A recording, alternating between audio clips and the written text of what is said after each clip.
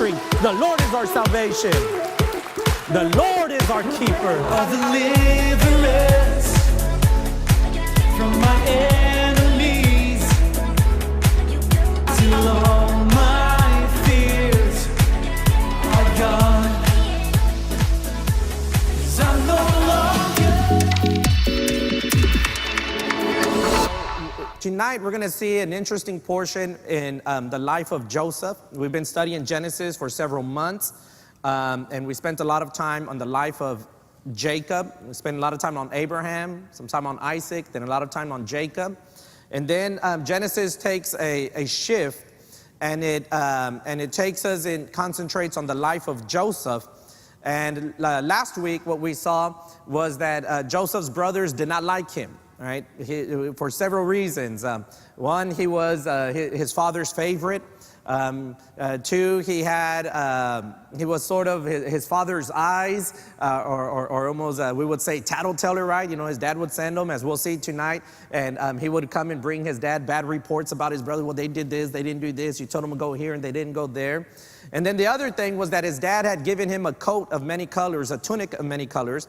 And this coat of many colors sort of symbolizes, represented, one, that he was his father's favorite, but also that even though he was not the eldest, he was sort of heir apparent, right? And then other than that, we also, aside from that, we also saw that he was a dreamer. And he had several dreams. And at one point, he had a dream that his brothers had bowed before him. And then he had another dream where the sun and the moon had bowed before him, representing the parents and the stars, right? So the parents and the brothers had bowed before them. And his dad had sort of taken his dream and like kept it in his heart. But his brothers were bothered by it, right? They're like, who does this guy think he is, right? You know, he always thinks he's better than us. And that's sort of where we left off in Joseph's life. And today we're going to pick up in a really horrible situation, because as we've seen over the past few weeks, the sons of Jacob could be pretty violent guys, right? And we saw them take out the men of a village. Then a couple of weeks ago, I think it was last week, we saw them where they couldn't even speak peaceably to their brother Joseph. And you know, in a way we would say that they were sort of hotheads. Well, today, that thing really just fires up the situation, really gets out of hand in the portion that we're going to be studying. And what we're going to do is that we're going to read a pretty large portion of Scripture this evening. We're going to read about 16 verses. And then I'm going to relate the message of this incident in Joseph's life, along with just sort of a few things that I've learned in the last 4 years here at PUEBLO'S Church. And I'll share a little bit of that as we continue. So let's read Genesis chapter 37, verse 12. And it says, then his brothers, speaking of Joseph and his brothers, then his brothers went to feed their father's flock in Shechem. Let me say this real quick, is that in Shechem, that's where the brothers had killed a bunch of men, all right? So obviously the dad is a little bit worried. Verse 13 says, and Israel said to Joseph, are not your brothers feeding the flock in Shechem?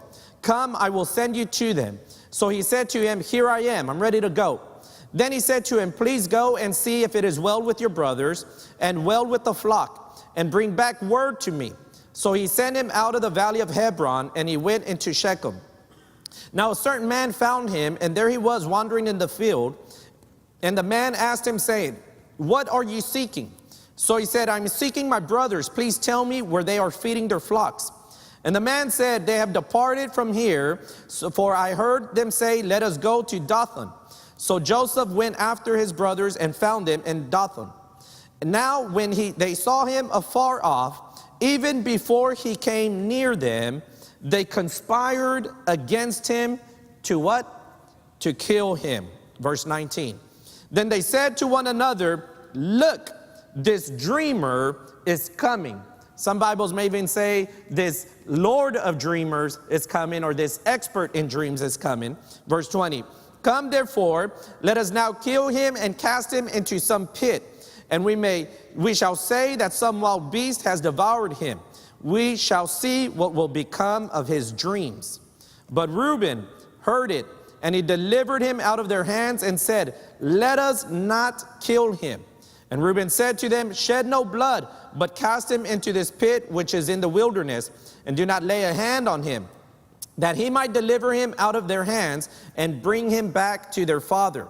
So it came to pass, when Joseph had come to his brothers, that they stripped Joseph of his tunic, the tunic of many colors that was on him. Then they took him and cast him into a pit, and the pit was empty, there was no water in it. And they sat down to eat a meal, because that's what you do when you mistreat your brother, right? And they sat down to eat a meal. Then they lifted their eyes and looked, and there was a company of Ishmaelites coming from Gilead, and their camels bearing spices, balm, and myrrh were on their way to carry them down to Egypt. So Judah said to his brothers, what profit is there if we kill our brother and conceal his blood? Come and let us sell him to the Ishmaelites, and let not our hands be upon him, for he is our brother and our flesh. And his brothers listened. Then Midianite traders passed by, so the brothers pulled Joseph up and lifted him out of the pit, and sold him to the Ishmaelites for 20 shekels of silver, and they took Joseph to Egypt. So all week I've been prepping for this message, and been reading the verses, and been reading and studying and trying to learn things and figure out things. And basically the way I process things is that I'll pretty much look at the portion that we're going to be in. I'll try and find a pattern or find some teachable truths. And when that doesn't work, then I start breaking down the verses one by one, and I'm looking at, well, you know, what verse in the Bible does this verse cross-reference with, and what does this verse remind me of? And I'm just taking sort of wild notes, and then I'm looking for something to put together. And I'll be honest, is that nothing was coming to me. There wasn't a message that was forming in me. I have a lot of knowledge and understanding of these verses and certain things that I could point us into, but to say that there was a message that was appropriate to bring tonight at Pueblo's church, there was not. And so I decided, usually I show up to church about 6:30. I was like, you know what, I need to go to church at 5:30. I need to go and prep. And so I left the house about 5, and I live about 2 minutes from here. And so I was going to get here way before 5, and I was telling my wife, I was like, I don't even have shirts. I need to go to the cleaners. There's a million things on my mind. So I go to the cleaners, and I tell the lady at the cleaners, you know, well, she sees me, and so she just knows. And I go, I'm just here for pickup. So she goes to the back, and I grab the pen and a paper, and then I just jotted down these 3 truths that I want to share with you of what I see here in the life of Joseph, but then also mixed in with 3 truths that I've learned over the last 4 years here at Pueblo's church. The first thing that I want to share is that plans don't always work out as planned. All right? Plans don't always work out as planned. All right? I don't know how I ended up being pastor here at La Iglesia del Pueblo.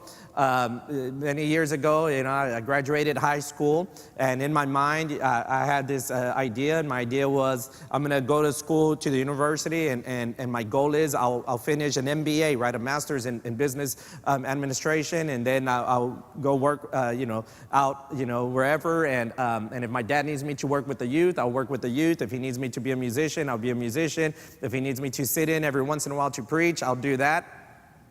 And so I went to the university, finished college, went on to do my master's degree, finished my master's degree, and then before I knew it, we bought a radio station, and I came in to work at the radio station. The year before we bought the radio station, we had started our school, Pueblo's Rural Christian School, in 1999, which this school year will be our 20th anniversary. Amazing.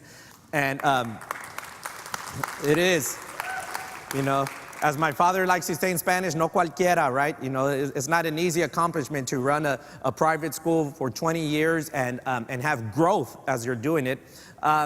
And so a couple of years after getting into radio, and we had already started the school, I have an older brother, and he decided that he was going to move on. And so before I knew it, I was over the radio and the school. And then before I knew it, I was co-pastoring with senior pastor.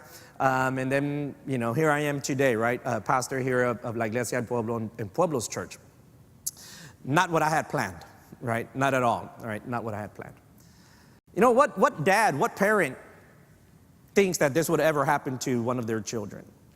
That they would send one of their sons to go and check up on their other sons, and that their sons would have so much hate and animosity against Joseph that before he even got near them, when they saw him coming from far, they were like, look, here he comes. Let's get him and let's kill him. Right? And this wasn't like, I have an older brother and a younger sister, and sometimes we don't get along, and we would get into little skirmishes, and sometimes I would be mad, and I would say, oh, I'm going to kill him, right? No, this wasn't that thing right there. We're like, oh, I'm going to kill him, right? And that just means that you're mad at them for like, a day. Like Joseph comes and his brothers literally get him, and I'm sure that they roughed him up. And they took off the tunic, the coat of many colors that his dad had given him, and I'm pretty sure they weren't like, here, take one arm off, if you were getting a suit, fitted for a suit, and they're putting a jacket on you and taking it off, right? I'm pretty sure it came off on a rough way. And then before they kill him, one of the brothers, the oldest brother, says, hey, no, let's not do that. He goes, don't kill him. He goes, let's throw him in a pit, right? Let's throw him in a pit. And his plan was, we'll throw him in the pit and later I'll save him. So he convinces him, and they throw him in an empty cistern, in an empty pit. Now these pits were empty. The flooding, the water had passed. It was empty. But it was pretty normal to find that in these pits there were snakes and there were scorpions, and they throw their brother in there. And they throw him in there with the thought of like, we'll just leave him in there. Let's just let him die in there. And the brothers were so angry and callous against Joseph that after they did that, they turned around and was like, oh, lunchtime? Let's go get lunch. All right. And they sat down and ate, like, no big deal. Then a caravan of some of their cousins, and it's a long story, but some of their cousins are passing by, the Ishmaelites, and they're like, hey, where are you guys going? And they're like, we're going to Egypt. We're taking all of these things. We're going to sell in Egypt. And they're like, well, you know what? Why don't you take this guy and do whatever you want? And they sell him for 30 pieces of silver. It was the price of a handicapped slave. They sell him. And then, just because we don't have the time, what they did was that they got the coat of many colors. They killed a goat. They dipped it in the blood. And they went and took it to his dad, and they said, like, hey, is this the coat that belongs to your son? And Jacob looks at it, and Jacob's like, oh no. And they're like, some wild beast must have gotten him, must have been a bear or must have been a lion. And Jacob says, like, I'll mourn him until death, like until I meet with him again on the other side, I'm going to mourn him. And what father would ever think that that would be possible amongst his own sons, amongst his own children? He didn't notice the hate, the animosity that they had toward him. He didn't notice any of that because, no parent wants to see that. There are times in life where we have plans, we have visions, we have dreams, and things don't work out the way we plan them or the way we think or what have you. When we decided to start Pueblo's Church 4 years ago, I remember meeting with a group of a couple of close friends that were here helping out at the time. And I told them, I'm like, this is what's going to happen. Is we're going to start the service. The first month, there's going to be a lot of people. Over the next 6 months, the numbers are going to go down. And then over the next year or two, 3 years, we'll raise up, and by a year, 4 or 5, we'll have about 400 weekly attendance Thursday night. Well, we started this first service, and it was pretty packed, those who were here the very first service. Right? First couple of weeks, it was pretty packed. Then the numbers started going down, and then the numbers started going up. We just never reached 400. I believe we will one day. But it didn't happen in the time frame that I thought. Right? Sometimes we plan things. Sometimes we think things like this is how it's going to be. This is how it's going to happen. And life does not always work out the way we plan it to be. Right? I think it was probably earlier this year, or actually it might have been late last year, that I mentioned that pretty soon we'll start, one day, not pretty soon, that one day we would start a Sunday service. And so just, my mind was, maybe in about a year or 2 years, but because of certain circumstances that have happened here at the ministry, It looks like probably, I don't know, I'm hoping maybe October, November, depending on musicians, depending on teachers, depending on ushers and people that help out in the parking lot. Probably October, November, the latest, we'll start Sunday, 12:30 English service. And so I hope that you will make plans to come to that service, right? Will you make plans to come to that service? Yes? 3 of y'all? All right. 5 of y'all? All right. It's okay to clap, Moses. You were about to clap. You were like, yes. And then they were like, no, nobody joined you. And nobody joined you in the excitement, right? It's all right. I'm excited with you, Moses, right? So we're both excited, right? And so sometimes things, they, because of things that happen, that's just the way it is, right? It's just the way it is. And you and I have to understand that if there's something that our faith hangs on, if there's something that our faith depends on, is that we believe in a real God. Right? And that God is sitting on the throne. Right? And because he's on the throne, he's in control. Right? And that God loves you. Right? And he loves me. And he has a plan. And no matter what is going on in our lives, God will grab all of that and use it for his honor and for his glory and for your well-being. Can we say amen to that? Can we praise the Lord about that? A couple of months ago, I was going through a certain situation. I was extremely stressed, and honestly, I don't even know what was the stress about. I don't know what was keeping me up. And there was one particular night, and I don't know, it had to have been like 3, 4 in the morning, and I just could not fall asleep. Just could not fall asleep. And my mind, I say my mind runs 100. It was running 100 miles per hour. I mean, like that's the fastest it goes, right? I know some of y'all run at 250 miles per hour. I'm sorry, I'm at 100, right? So my mind's just like, and it's like, ya duérmate, right? My mom, when I was a kid, she would tell me, well, just go to sleep. I'm like, well, if I could, I would, right? I think there's been a time or two that my wife tells me the same thing, like ya duérmate, like go to sleep. I'm like, if I could, I would, it's not, And so it was just like, and I grabbed this notebook that was, I don't journal or anything like that, but I have a notebook near my, on my nightstand, and I grabbed it. And the phrase that came to heart, and I believe that God put this in my heart, was that, Ruben, you're not in charge of outcomes. God is. You're only in charge of being obedient. Right?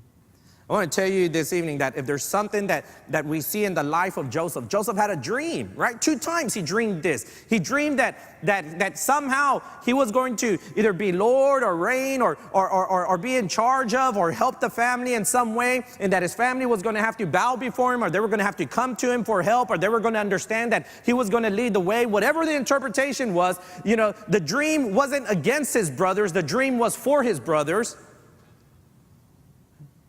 But they didn't understand that, and he shared what he had, and he may not have shared it in the most welcoming, loving way, but either way, he shared it because it was for them,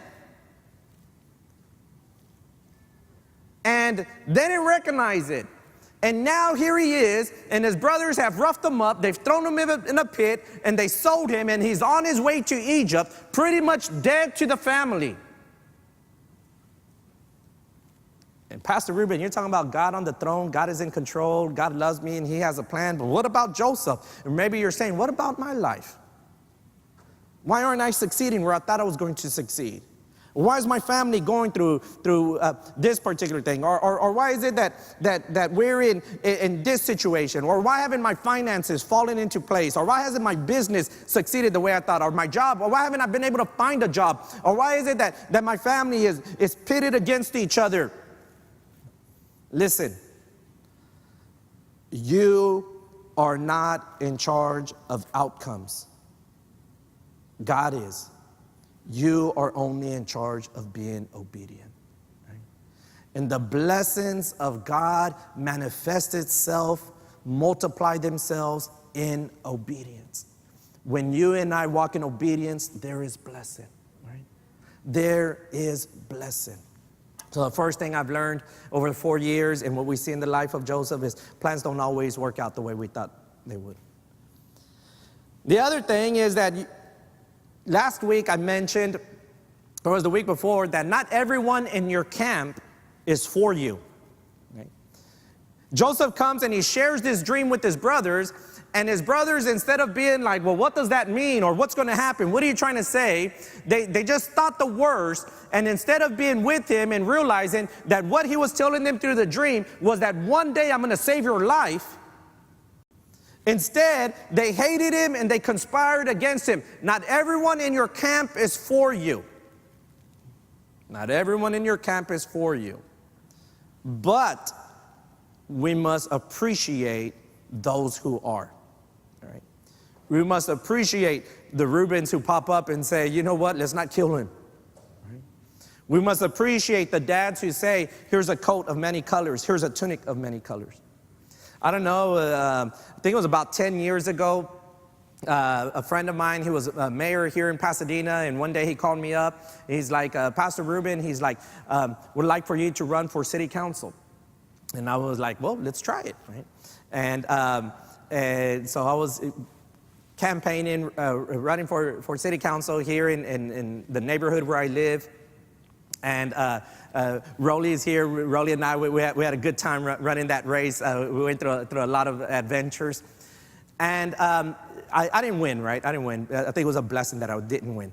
And we'll see what happens with running for state rep, right? You know, if that's a blessing or not, you know, everything's in the Lord's hands, right? But afterwards, someone came up to me and they're like, Pastor Ruben, what did you learn? Because everything's a learning experience. You go to school, it's not just learning 2 + 2 is 4. I know some of you are still struggling with that. I just helped you out. You're welcome. All right. It's not just learning that Washington, D.C. is the capital of the United States of America, and Washington, D.C. is different than Washington State. It's not just, learning that New Mexico is one of the states here in the United States, and it's not the same as Old Mexico. There isn't an Old Mexico. There's just Mexico, the country, and New Mexico, the state, right? Like that. All right. See, I'm helping you out with geography. All right. But it's the learning process, right? Critical thinking, right? Learning critical thinking, learning how to have a thought process, learning how to plan things, learning how to organize, right? If you work and you go to school and you have other responsibilities, learning to be organized and dealing with those things, right? And so everything's a learning process. You get married, you think you know everything. Then you get married and you realize your wife reminds you all the time that you know nothing, right? That doesn't happen in our marriage because I know everything. No, I'm just kidding, right? Whoever said, yeah, right, I would say amen to that, right? Yeah, then the kids come and you think, oh, well, I've got this figured out. And you have all the advice for your siblings and for your neighbors and for your friends. And, oh, your kid acts like that. You should do this. And your kid acts like that. And you should do that. And then you have your own and you see that all the stuff that you were like such an expert in is not true. At least it's not true for your kid, right? And you're like, well, it's because mi hijo's different. Right? Right? Well, someone asked, Pastor Ruben, what did you learn? Everything's a learning process. And the first answer that came out of my mind was that what I learned was that the people that I thought were going to be there were not. And the people I didn't expect to be there were. And you know that sometimes that's the way life is. That the people that you think are going to be there, the people in your own camp, the people in your family, the people in your quote and unquote circle of friends that you think are going to be there, when you're in the pit, you find out that they're not. And the people that you don't expect, Ruben had every reason to say, let's kill him. Ruben was the oldest. He should have said, yeah, you're right. He's the heir apparent. He's got that coat. Let's kill him and I'll put the coat on. And I'm the one who, he had the right to say that. And the people that we don't expect are often the ones that are there for us. So appreciate the people in your camp that are the supporters in your camp. That's one of the things that we see in the life of Joseph, but that's one of the things that I've learned over the last 4 years. And let me tell you, some years ago, there was this man, he came to church, and one day he was like, Pastor Ruben, I want to do something. He had been coming for about a year to church, and I want to do something. And I'm like, well, do something. And he's like, no, you don't understand. I want to do something. I want to be there for you and the pastor. I want to support you. I want to be there, whatever you guys need. If you need water, I'll bring you water. If you need me to open the church, I'll open the church. You need me to close the church, I'll close the church. I'll turn on the ACs. I'll turn on the lights. I'll turn them off. Whatever you need, I want to be there. I want to help, raise this ministry. And he was so excited, and I'm like, oh, that's awesome. So I'm like, well, you know what? We need a Sunday school teacher. Go be a Sunday school teacher. So he went to go be a Sunday school teacher 6 months. Where he at? I don't know. After those 6 months, where he went, I don't know. Those must have been some bad kids, right? Random up. I don't know. I don't know what happened, but, And it's pretty common. People come and say, Pastor Ruben, I want to do this, I want to do that. It's a simple ministry where the Lord puts you and opens the doors. You kind of fit in, and before you know it, you're doing something. I admire people who come and they don't say anything and they start doing. Some people just come. I have really, really, really, really close friends that every Thursday night I wonder to myself, why don't they come to church? But then there's the faithful that come every Thursday night. And so we have to learn to appreciate those in the camp that support you, because there are a lot in the camp who do not. Right? And so I just want to tell you, as your pastor, that I'm very appreciative, and I try and tell you every service that I'm very appreciative of the fact that you make Pueblo's Church your home and that you come here Thursday nights. When I say that at every service, it's not just something I say, it's something that I really mean. I really feel that, because I understand that you could be in a million other places. We live in Houston, Texas. There's a bunch of other churches. There's a bunch of other things to do. You could have been at the movies. You could have been bowling. You could have been playing pool. You could have been at home. You could have been watching Netflix. You could have been doing a million other things. But it's Thursday night, Pueblo's Church, and you said present, and I really appreciate that. And so I would like to give you a hand clap. Right?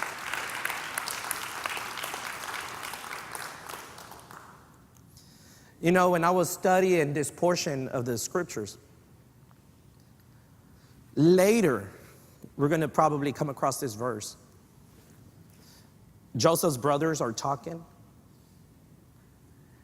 and they say that when they got Joseph and they threw him in this pit, that he begged them for mercy. He begged them for mercy. He cried out to them. He was screaming. He was yelling. He thought he was going to die in that pit. And he begged them for mercy. And his brothers were so cold-blooded that they just found a little spot, sat down, pulled out their lunch kits, ate, while in the background they could hear their brother begging them for mercy, begging them for help. And I don't doubt it, because of the mob mentality, that they probably even laughed at the fact. There are people in your camp that are waiting for you to fall, to trip, to stumble. Not to give you a hand to lift you up, but instead to mock you or laugh at you. Right?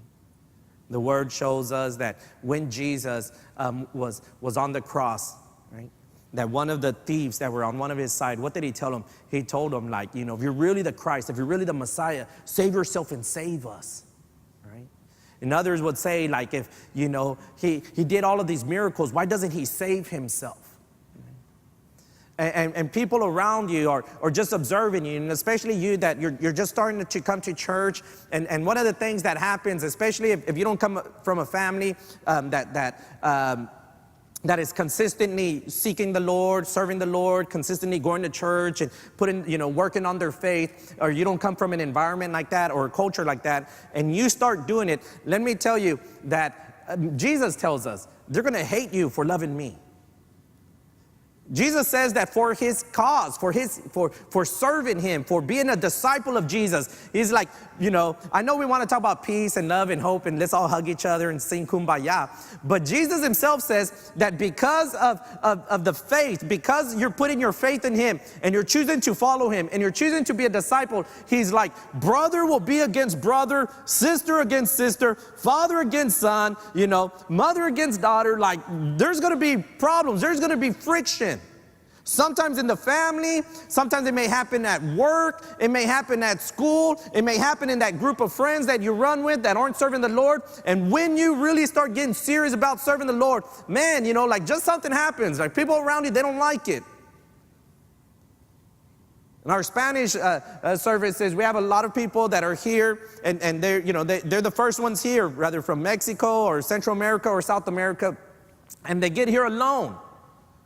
And it's a common story for us to hear that, they'll come here and somehow or another, they end up here at church, they end up giving their lives to Jesus Christ, they end up serving the Lord, and they'll call home. They'll call back home. They'll call their mom back home, or they'll call their brothers back home, or they'll call their uncles back home, or their grandparents, and they'll tell them, like, hey, you know what? Awesome news. Like, God has saved me. I've given my life to Jesus. Like, I'm a different person. I'm no longer drinking. I'm no longer going to the club. I'm no longer, fornicating. I'm no longer, cheating on my wife. I'm no longer doing this or that or whatever it is. Like, my life has changed.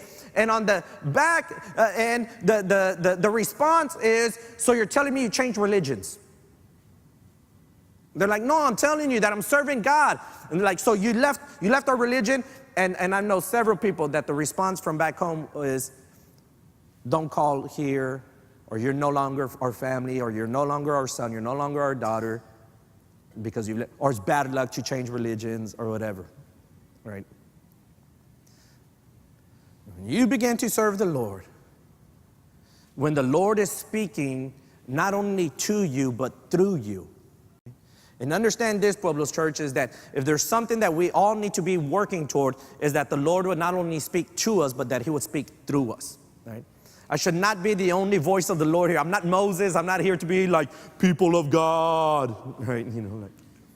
Thou shalt not, like I should not be not at all, and at your home and at your job and in your marriage and with your kids and in your group of friends or in your camp, you're the high priest there. You're the priest of God there. You're the royal priesthood is what I was trying to say. You're the royal priesthood that's called there to minister there, to not only be the one that God is speaking to, but to be the one that God is speaking through, right? And this is so much from the Holy Spirit that I don't even have this in my notes that I'm sharing with you, right? That God does not only want to speak to you, God wants to speak through you, right?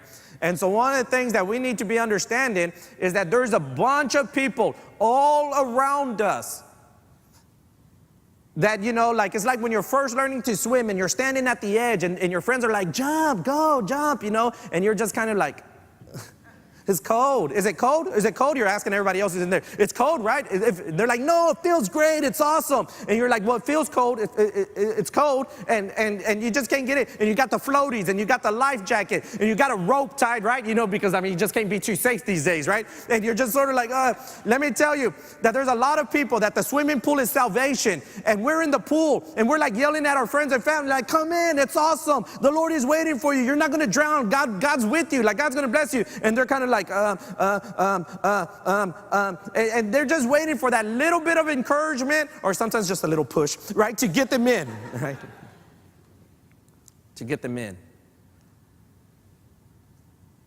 God doesn't just want to speak to you, he wants to speak through you.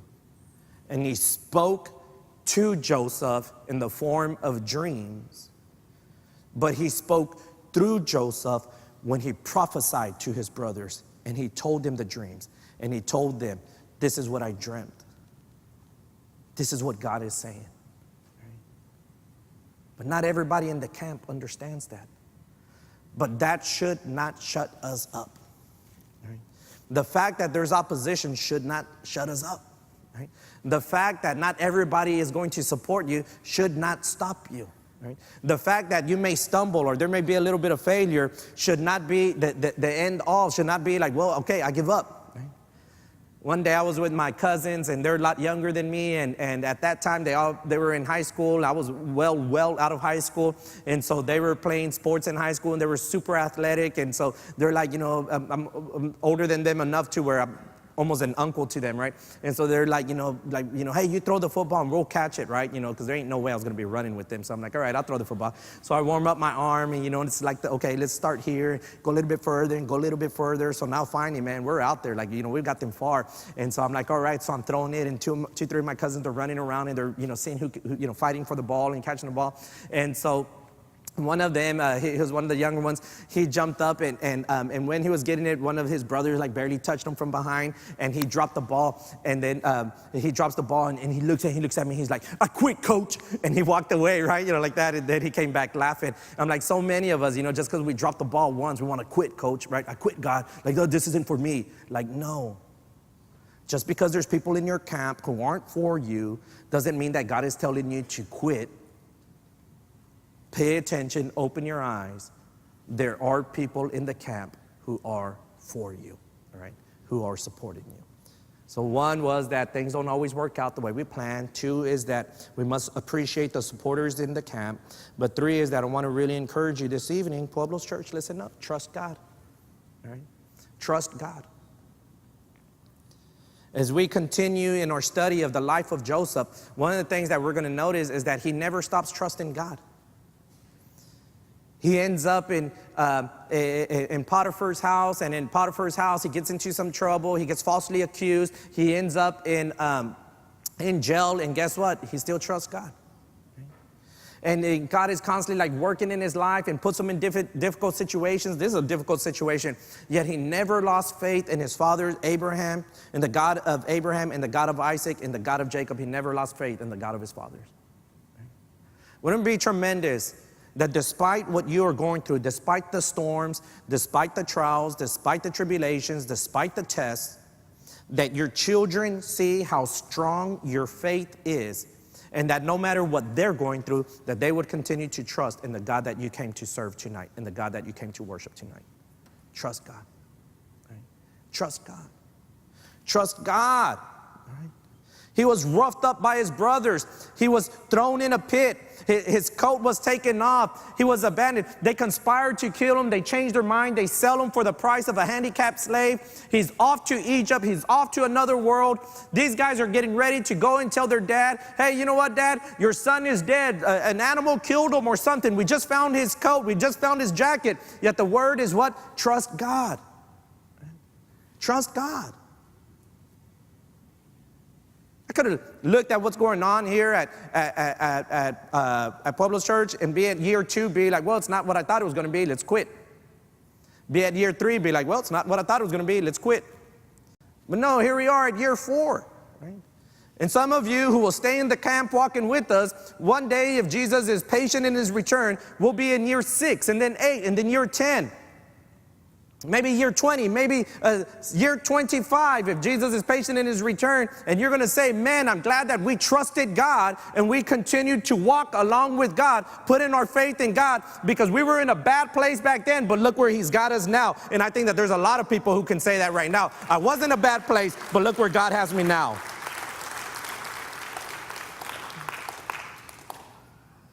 One of the things that we'll see in the life of Joseph is that God will turn it around. But here's the problem, and I'm going to tell you what's the problem. And, sometimes I'm thinking about church, and I think like what's that message? What's the overall message? Not what I'm preaching tonight, or what am I going to preach Saturday or Sunday morning or Sunday evening, but what's the overall message? And the overall message is this, people, is that you and I have to understand that God is the prize. God is the prize. Like the ultimate prize. God is the prize, right? Like in the game, The Price is Right. There's certain prizes. And, oh, I want to win that car, right? That's like a big prize. Well, bigger than winning that car, God is the prize. Like that is the ultimate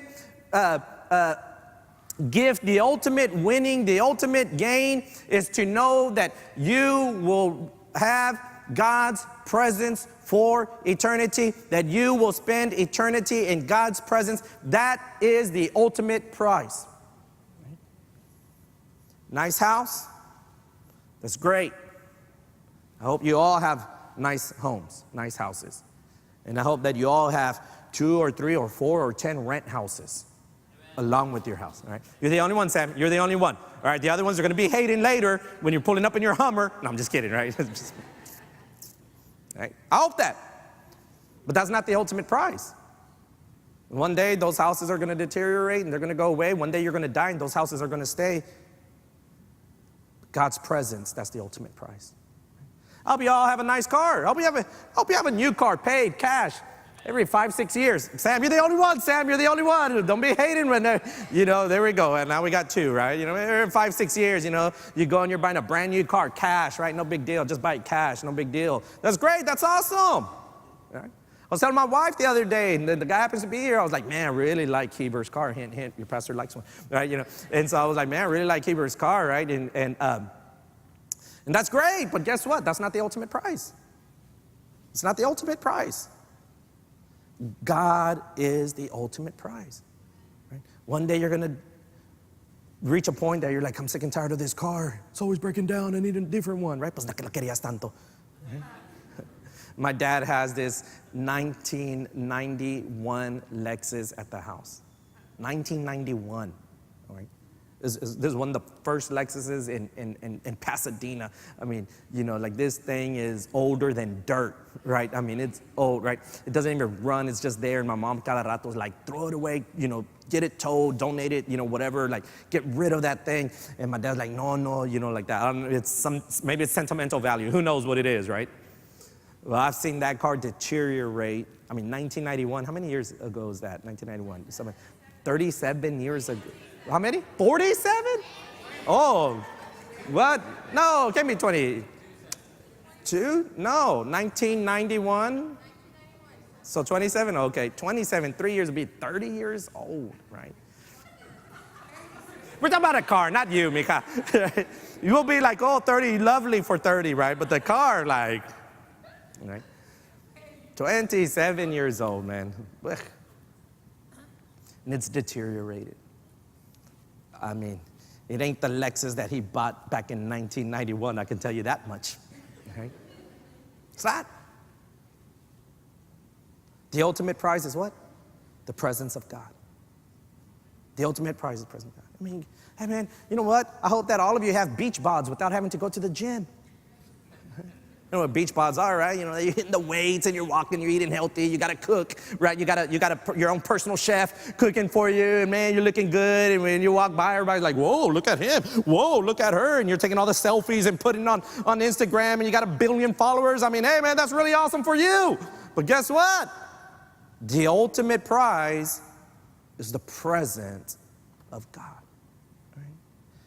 And because most of us don't understand this and don't realize this, when things don't work out or when we find ourselves in a Joseph situation, thrown in a pit, it's hard for us to trust God anymore. When we're 4 years deep into a service and we're averaging, 75 to 100 people as opposed to 400 or 500 people, right? Like, oh man, no. See, the ultimate prize is the presence of God. Right? Trust God and understand that the ultimate prize is the presence of God. So let's say on this side, we have all the worldly possessions, all the worldly dreams, all the things that will stay here on earth when you're gone. And on this side, we have eternity with God. Eternity in the presence of God. Right? This over here, no matter how beautiful that vacation in Bora Bora looks and all those pictures that people post, right, may seem like the ultimate prize, but it is temporary, short, passing, corruptible, in comparison to the incorruptible, the eternal, and the never-ending. The ultimate prize is the presence of God. As your pastor, I wish nothing but the best for you. prosperity and good health, great family, great job. All your dreams are coming true. You're going on fancy vacations and inviting me. I'm just telling you, no, I can't go because I'm too busy, right? Thank you, Sam. Thank you, Sam. Once again, when it all comes, they're all going to be hating, right? But the ultimate prize is the presence of God.